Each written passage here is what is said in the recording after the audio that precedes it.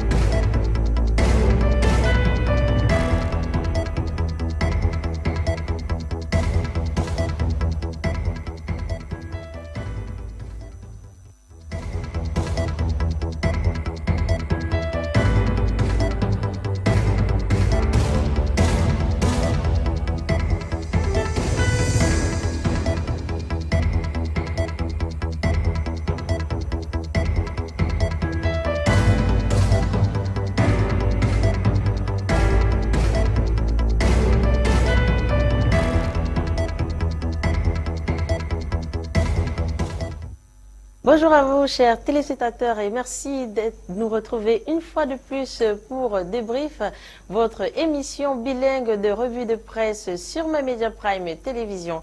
Alors, ce matin, nous allons débuter avec le journal Cameroun Tribune qui nous parle de la victoire des Lions indomptables. Les Lions indomptables, le premier tour a donc été validé. En effet, suite à leur match contre le Cap-Vert au score final de 1-1, l'équipe du Cameroun termine à la tête du groupe A devant le Burkina Faso, ce qui lui garantit en effet un huitième de finale dans son entre d'Olembe. Alors, nous continuons donc ce matin avec le journal L'Info à chaud qui parle de l'accident terrible dans lequel a été impliqué le véhicule du président de la FECAFOOT, Samuel Eto'o. Le journal pose la question de savoir qui veut finir avec Eto'o. Les détails sont donc en page 3 de ce journal. Nous poursuivons ce matin avec le journal L'économie qui parle de la Direction générale des impôts. Les recettes fiscales mobilisées passent au double en 10 ans. Les détails sont donc en page 3 de ce journal. En page 5, le journal parle des voies qui peuvent servir à booster la production du café en ce qui concerne l'agriculture au Cameroun. En page 6 et 7, le journal nous révèle comment est-ce que l'INS comptabilise les entreprises formelles. Nous terminons ce matin avec le journal Kalara qui parle du tribunal criminel spécial. Comment est-ce que Nganou Djoumessi a fait tomber JC Atangana Bikoé. Les détails sont donc en page 3 de ce journal. Mesdames, Messieurs, c'est ici que nous nous arrêtons pour cette revue de presse en langue française. Place à la découverte de ces journaux en langue anglaise avec toi, Lasha. Thank you, Bomotonguina, Gwaldys, for the press review in French language. We kickstart this morning with the Loon English Daily, the Guardian Post newspaper. The Guardian Post this morning is interested in the fate of kidnapped Northwest House of Chiefs president. The paper raises concerns if government has abandoned kidnapped president of the Northwest House of Chiefs, who doubles as the traditional ruler of Bambalang, to Ambazonia fighters. From Kevin Shomitan clocks 44 days in captivity, while Yaoundé is seemingly looking away. On page 10 of this edition of the newspaper, we are told that the senior divisional officer for Menchun Division in the northwest region of Cameroon, Abdoulaye Aliou, has threatened heavy sanctions on absentee teachers. Mr. Abdoulaye instructed the DOs of Wum, Menchun Valley, Fruawa and Fongom to forward to him names of recalcitrant and absentee teachers for severe and immediate disciplinary action.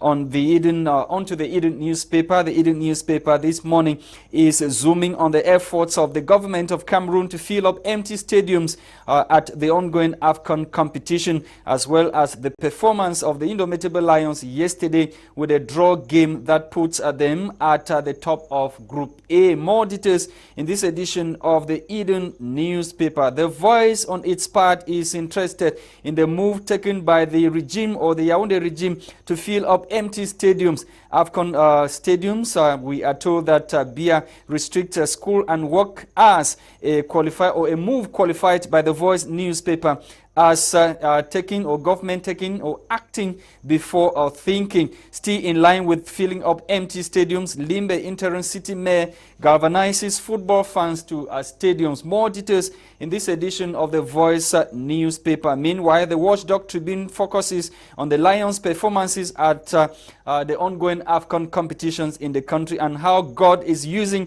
the Lions to rewrite Cameroon history. The paper writes in its major headlines, Indomitable Lions, God's own team to win trophy for national reconciliation and peace. Cameroon Tribune took interest in the qualification ticket of the Indomitable Lions of Cameroon to the second round of the competition after their draw game with Cape Verde yesterday. The paper is also interested in the inaugural ceremony of the newly elected president of Fecafoot, Samuel Eto'o. He officially took over office yesterday at the Fecafoot headquarters at Tinga in Yaoundé. Thank you for watching, televiewers. We are back as usual to continue with our discussions, and Maitre Alex Ndive, who is the leader of Cameroon British National Party, is joining us this morning once again from London. Good morning, Maitre Alex, and thank you so much for taking up time once again to be part of this edition of the program. Always a pleasure, and thank you and your wonderful team, and my greetings to the wonderful people of the Cameroon. Okay, we begin this morning with Gwaldys. Gwaldys has a question for you this morning. Effectivement, on parle aujourd'hui, on ouvre débrief aujourd'hui avec la victoire des Lions indomptables. Votre appréciation, s'il vous plaît. Moi, je suis le fan numéro 1 des Lions indomptables. Et ce que je veux dire, qu'il ne faut pas qu'on politise le football. J'ai vu beaucoup de choses. Il y a the Watch Tribune, Indomitable Lions, God's own team to win trophy for national reconciliation and peace. I don't like to see such headlines, because how can you talking about football to reconcile us? Football, they are Nigerians, they are British, they are Americans who support the Indomitable Lions. Football is sport, and the FIFA, they have a rule. If you want to unite the people of Cameroon, it is simple. Equality, development.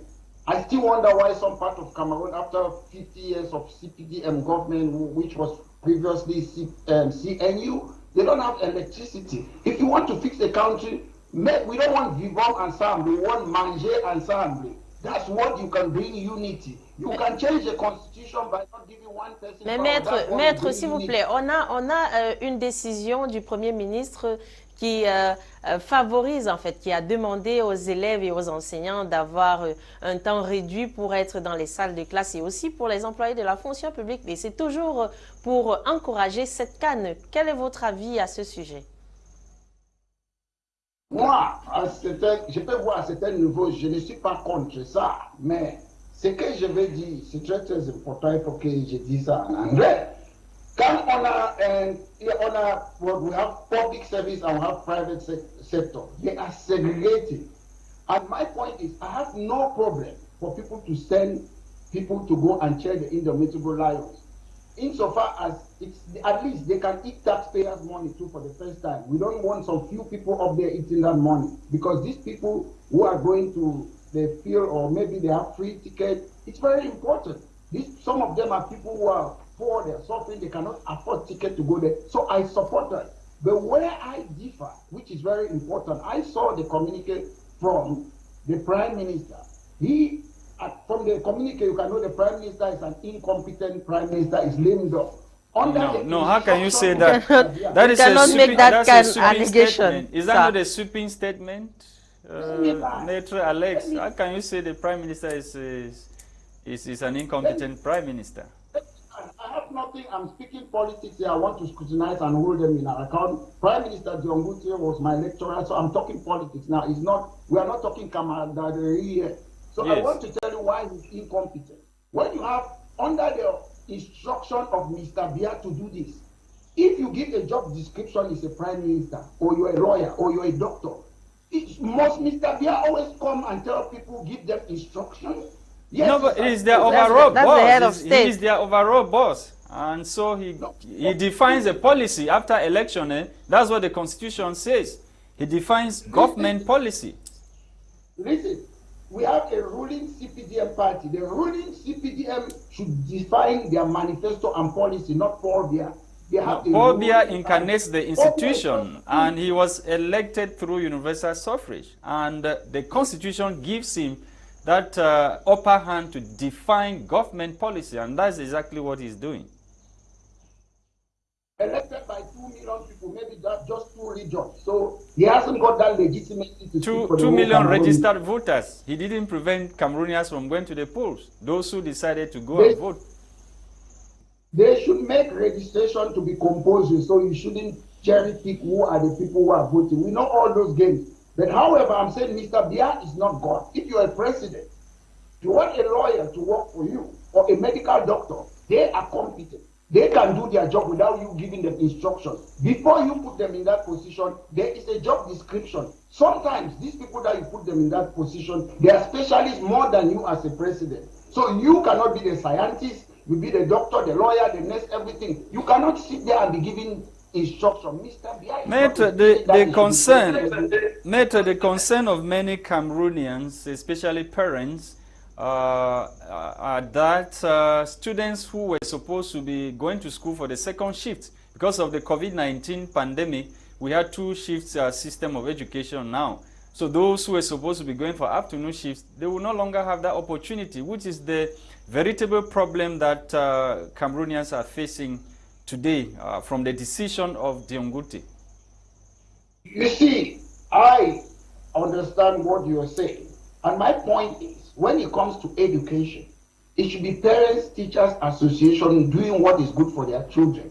We are not living in a communist state that the government have to intervene in everything and education. Parents knows best. It's not Mr. Bia. It's not the government. The government intervenes in everything in Cameroon, which is not nice. Sometimes need experts to know what is good for the children. In a country like in the UK where I live, if the England team they are playing, it's up to the school. They can say, okay, when England is playing during school hours, they can put a big screen television in a class, everybody will watch it and cheer them up. Maybe 90 minutes after that, they go back to school. Education is important. What the government is displaying is anti-education. And as I keep on saying, we need a government that understands how to govern, not a government that does things to please the public or they are playing to the galleries. Maitre, let's go back to the Guardian Post newspaper. This morning, the Guardian Post newspaper is raising a concern regarding the kidnapped president of the Northwest House of Chiefs as we speak now. Not even his immediate boss, no, the government of the Republic of Cameroon has issued a statement regarding the missing traditional ruler of Bambalang. He clocks 44 days in captivity. I'm sure some years ago I saw that my phone, is it Yakum? Yakum Kevin Tevi? Yes. Yeah. He was there supporting a monster, a Frankenstein monster. He did not know he was going to come and hurt him. But I feel sorry for him because we have a country where we have police officers. This man is a father, is a husband. Sometimes the government needs to meet and update people what is happening with this person. You cannot just leave people like that. That is part of governing a country. Unfortunately, I've seen him in so many outings talking. He's very vocal, supporting the CPDM. But I don't understand why people keep on supporting a ruling party that cannot protect its own members or citizens. No, how can you say that the state is different from a political party? No, listen. There is a ruling CPDM party. When they are ruling, yes, they are ruling based on if they have a manifesto about tough on crime, about security, about a law and order. So before they go into election, I'm sure they must have promised to do those things. But when we see a society where a ministers come and say parents should ask their children to bring them from the bushes or blah blah, it tells you that the government is not fit to govern. Yeah, Metro, yesterday the Guardian Post did raise a concern regarding the overzealousness of some local administrative authority. This morning we're still having the same issue once again. This time around it has to do with the senior divisional officer for Menchum Division that has instructed the 4 DOs in Menchum to forward to him names of recalcitrant civil servants, especially teachers, and those who have been absent from work for a very long time, and taking into consideration the prevailing security atmosphere in the northwest region of the country. Is this not really putting those teachers at risk? My advice to those teachers is that your life is very, very important. Your life comes first. It's better even to lose your job than to go into a situation. The government must guarantee their security. And this is the problem when we have GOs and SDOs, unelected people. They don't represent the people. They know they don't vote for them, so they don't care. I saw it. I was so surprised. Look at our brother, a senator, a barrister. He was killed and they don't care. He's gone. So I'm advising those teachers, better lose your job sometime and have your life.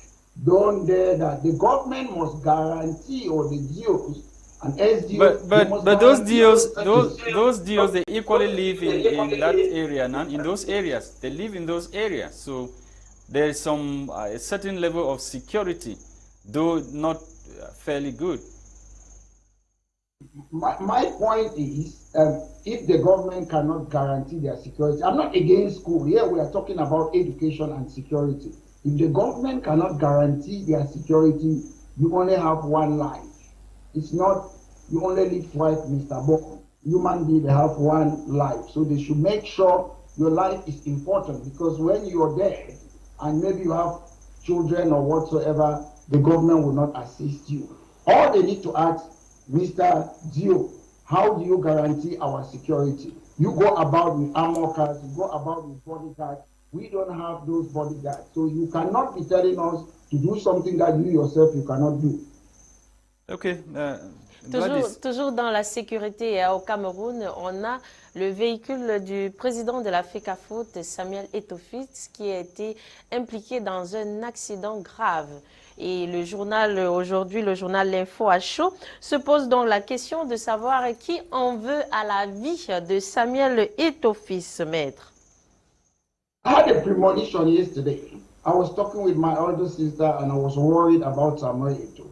I said he has got the goodwill to do things in Cameroon, but I'm worried he's swimming with sharks. I was saying it yesterday without seeing that headlines, because the man has got goodwill to work for the people. He understands the system and he wants to swim with sharks.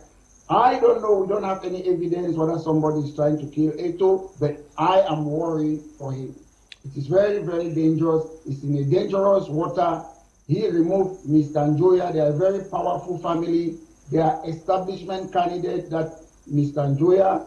Mr. Eto'o is not an establishment candidate. So He should be very worried. He should be very careful. I was talking about that yesterday. So the persons who are doing that, is it in their interest or the interest of football in Cameroon or the nation Cameroon? You see, a lot of people, like you see the Feka food, they have this cartel. When there's something out of Cameroon, 30 people in a group, they'll go out. For Mr. Eto to come and start stopping them not to be having those benefits that they used to get is very dangerous. You have to start work gradually. You have to work gradually. Like the first day he went to the office, he has to stop some people not to enter the office. You have to put your policy and give them 1 month to adapt. Mr. Eto just want to go there and start fixing things from day one. It is very dangerous. They are vipers. They are snakes around. If he jokes, they will swallow him. Okay, Maitre, we end with this issue of filling up stadiums. The move, we already talked about the release from the Prime Minister's or Prime Minister's office, and now we are equally told that the interim Limbe City Mayor has also galvanized, football lovers to go to the stadium. The administrators, apparently, they are waking up from sleep. In Bafoussam, we saw same with Eric Nyat, who is the mayor of Bangante, equally giving free tickets to Cameroonians to go to the field and watch football encounters. Personally, to me, I have no problem with that. Is that what can make an individual happy, they should be happy. There are some people who will never have that opportunity in their life. But however, I know it's a political gesture. That's where I differ with this mayor.